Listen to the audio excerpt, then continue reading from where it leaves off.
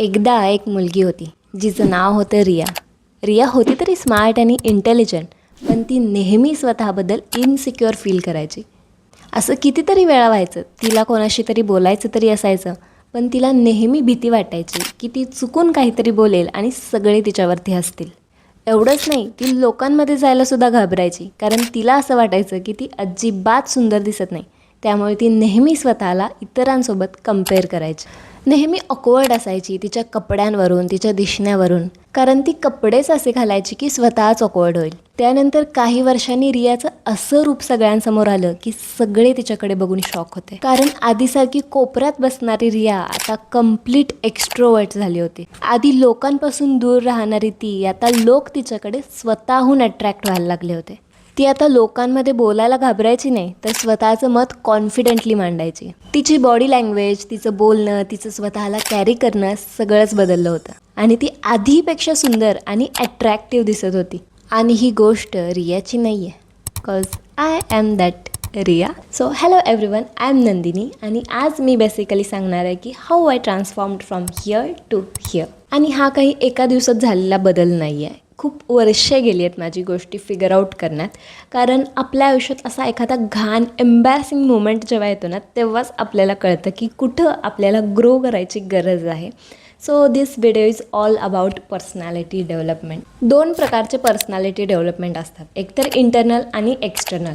Internal म्हणजे communication, confidence, our thought process, our self esteem etcetera. Okay. आणि एक्सटर्नलमध्ये your dressing sense, your personal hygiene, basically how you look. आणि हे दोन्ही ना एकाच गाडीचे चाक आहेत, म्हणजे एक जरी नसेल ना तरी एकाचा काहीच उपयोग नाही आहे. आता खूप लोक म्हणतील की लुक्स डझंट मॅटर, कभी अच्छा होना चाहिए. बट लुक्स डज मॅटर यार, लुक्स डज मॅटर.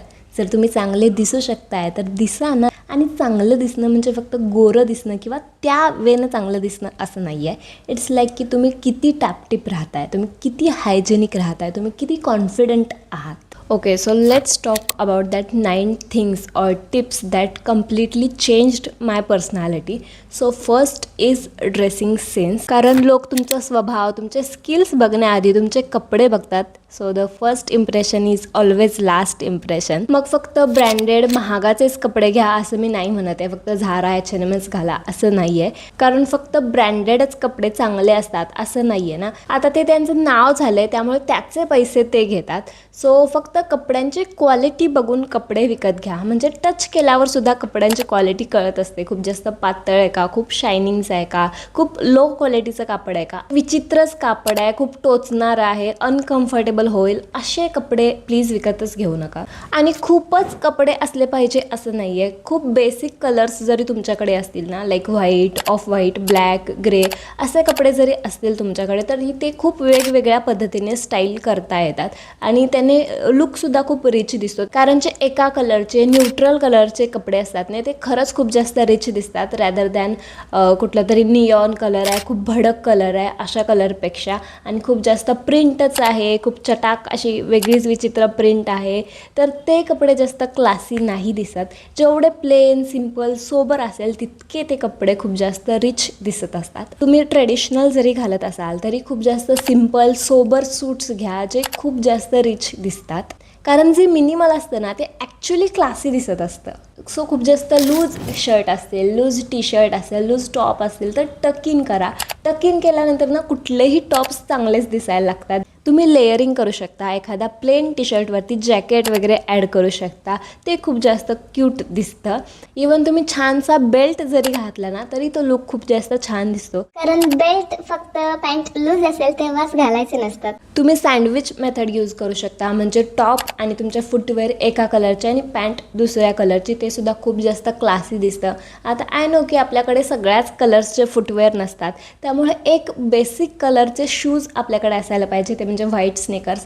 ते सगळ्या आउटफिट्सवरती कमाल दिसतात आणि खूप आउटफिट्सवरती जातात. त्यामुळे एक व्हाईट शूज तरी आपल्याकडे असलाच पाहिजे, भलेही तो 500 रुपयाचा का असेना, पण व्हाईट शूज आपल्याकडे असलाच पाहिजे आणि तो स्वच्छ असला पाहिजे. असं नाही की त्याला चिखलच लागला आहे असं वगैरे. पूर्ण स्वच्छ व्हाईट शूज असेल ना तर आपला लुक खूप जास्त चांगला दिसू शकतो. कारण जेव्हा आपण कपडे छान घालतो ना तेव्हा आपला कॉन्फिडन्स आपसुकच वाढत असतो आणि आपल्याला आतून छान वाटायला लागतं. त्यामुळे इतरांना दाखवायला किंवा इतरांना इम्प्रेस करायला कपडे घालण्यापेक्षा स्वतःला छान वाटेल, स्वतःला कॉन्फिडंट वाटेल यासाठी चांगले कपडे घाला. So next tip is our hair. आता आपले केस आपला लुक एकतर अजून चांगलं बनवू शकतात, एकतर बिघडवू शकतात. त्यामुळे हेअर केअर इज मस्ट. त्यासाठी 3 महिन्यातून एकदा छानसा तुम्हाला सूट होईल असा हेअर कट करा. हेअर कट करणं खूप जास्त गरजेचं असतं तुमच्या हेअर ग्रोथसाठी सुद्धा, आणि स्प्लिट एंड्स वगैरे होतात, सो ते सगळं निघून जातं. सो 3 महिन्यातून एकदा हेअर कट कराच आणि आठवड्यातून 2 ते 3 वेळा वॉश करा. खूप माइल्ड शॅम्पू यूज करा ज्यामुळे तुमचे केस डॅमेज होणार नाहीत, फ्रिझी होणार नाहीत. इतके छान केस दिलेत आपल्याला देवाने, त्याची थोडी तरी केअर करा यार. अकॉर्डिंगली हेअरस्टाईल्स करा जे तुमच्या आउटफिटला सूट करेल अशा. एक छोटीशी क्यूट क्लिपसुद्धा ना तुमचा पूर्ण लुक एनहान्स करू शकते. त्यामुळे प्लीज हेअर्सवरती थोडंसं लक्ष द्या. त्यानंतर next tip is take care of your personal hygiene. Actually हे खूप जास्त बेसिक आहे, तरीसुद्धा हे खूप इम्पॉर्टंट आहे. जर तुमचे कपडे, तुमचं सगळं आउटफिट छान आहे, तुम्ही खूप छान दिसताय, पण तुमच्या तोंडाचा किंवा अंगाचा वास येत असेल तर कोण तुमच्या जवळ येईल? So please take care of your oral hygiene. तुमच्या तोंडाची काळजी घ्या बेसिकली. म्हणजे सकाळी एकतर तुम्ही माउथ वॉश यूज करू शकता, त्यामुळे आपली सगळी जी बॅड ब्रीथ असते ती रिमूव्ह होऊ शकेल. एक टंग क्लीनर यूज करा, जीभ स्वच्छ करा, त्यामुळे तोंडाचा वास आपल्याला नाही येणार. एखादा डिओड्रंट घ्या ज्यामुळे आपल्या अंडरआर्म्सचा घामाचा जो वास येतो तो अजिबात नाही येणार. वेन यू फील गुड ना, यू ॲक्च्युली लुक गुड. ज्यावेळी तुम्हाला खूप जास्त फ्रेश वाटतं त्यावेळी तुम्ही छानच दिसता. So next tip is always smell good. पुन्हा तेच आहे, कारण तुम्ही कधी असं नोटीस केलं आहे का की एखादी व्यक्ती एखादा पर्टिक्युलर परफ्यूम यूज करत असते आणि जेव्हा तुम्ही त्याच परफ्यूमच्या संपर्कात येता तेव्हा तुम्हाला ते सगळे इमोशन्स, ते सगळ्या सिच्युएशन रिकॉल व्हायला लागतात, आठवायला लागतात. तीच प्रोसेस पुन्हा, कारण परफ्यूमचं आणि मेमरीचं खूप जास्त स्ट्रॉंग कनेक्शन आहे. लोक तुमचे आउटफिट विसरू शकतात पण तुम्ही दिलेली फिलिंग कधीच विसरत नाहीत. त्यामुळे प्लीज घरी असो बाहेर असो एखादा छानसा long lasting perfume please use करा. आणि हे जे basic hygiene, good smell, fresh hair, स्वच्छ कपडे ना, हे सगळे आपले पर्सनॅलिटी सायलेंटली बिल्ड करत असतात. त्यामुळे हे सगळं इक्वली इम्पॉर्टंट आहे. Next tip is skin care. आता स्किन केअर हे फक्त गोरं दिसण्यासाठी, फ्लॉलेस दिसण्यासाठी नसतं, तर हेल्दी स्किनसाठी स्किन केअर करायचं असतं. बऱ्याच वेळा आपण स्वतःकडे लक्ष देत नसतो, प्रॉपर 8 तास झोपत नसतो, स्ट्रेस असतो, पाणी पित नसतो आणि आरशात बघितल्यानंतर ह्या सगळ्या गोष्टी आपल्या चेहऱ्यामध्ये दिसायला लागतात. स्किन खूप जास्त डल दिसायला लागते, कारण आपल्या स्किनवरती ना आपलं लाईफस्टाईल रिफ्लेक्ट होत असते. त्यामुळे प्रॉपर 8 तास झोप घ्या, पाणी भरपूर प्या आणि स्किन केअर करा. आता स्किन केअर ना खूप जास्त महाग किंवा खूप जास्त मोठं नसतं. 3 स्टेपने स्किन केअर होतं. एक तर फेस वॉश, एक छानसं मॉइश्चरायझर आणि एक सनस्क्रीन. या 3च गोष्टी रोज केल्या तर इनफ आहे. आणि आठवड्यातून एकदा छोटंसं स्क्रब किंवा फेस मास्क वगैरे लावलं तरी बेस्ट आहे. घरगुती होममेड मास्क जरी लावला ना तरी इनफ आहे, कारण या सगळ्या गोष्टींना स्किन पुन्हा हील होत असते, रिपेअर होत असते. त्यामुळे या गोष्टी करणं थोडं गरजेचं आहे.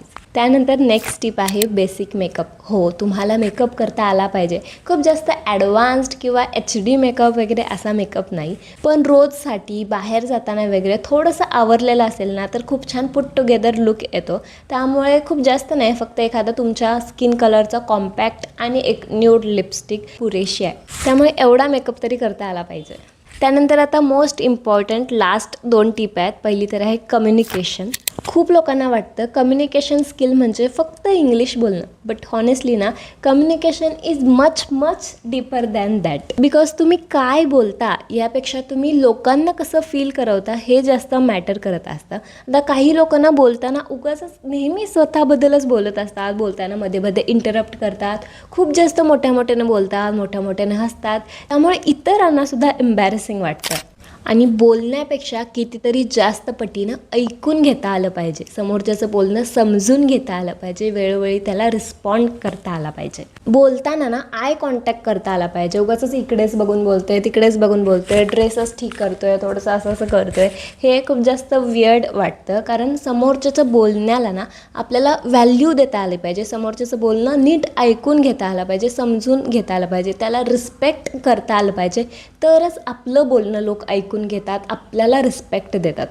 तुम्ही लोकांशी कसं रिॲक्ट करताय, तुम्ही किती पेशन्सने बोलताय, तुमचा टोन कसा आहे, तुम्ही समोरच्याला कम्फर्टेबल फील करवताय का, या सगळ्या गोष्टींना पर्सनॅलिटी बिल्ड करत असतात. तुम्ही कधी नोटीस केले का की जे मॅच्युअर लोक असतात, जे बिझनेसमॅन वगैरे असे असतात, ते बोलताना इतकं शांत आणि काम टोनने बोलत असतात ना, असं वाटतं की त्यांचं ऐकतच राहावं, असं आपल्याला बोलता आलं पाहिजे. कारण रिअल कम्युनिकेशन स्किल्स ना खरं बोलण्यातून डेव्हलप होत असतात, ना की इतरांना इम्प्रेस करण्यासाठी उगाचच काही मोठं मोठं बोलते याच्यातून. आणि तुम्ही जेवढं जास्त रॉ रिअल खरं बोलता ना, तेवढी जास्त लोक तुमच्या प्रेमात पडत असतात.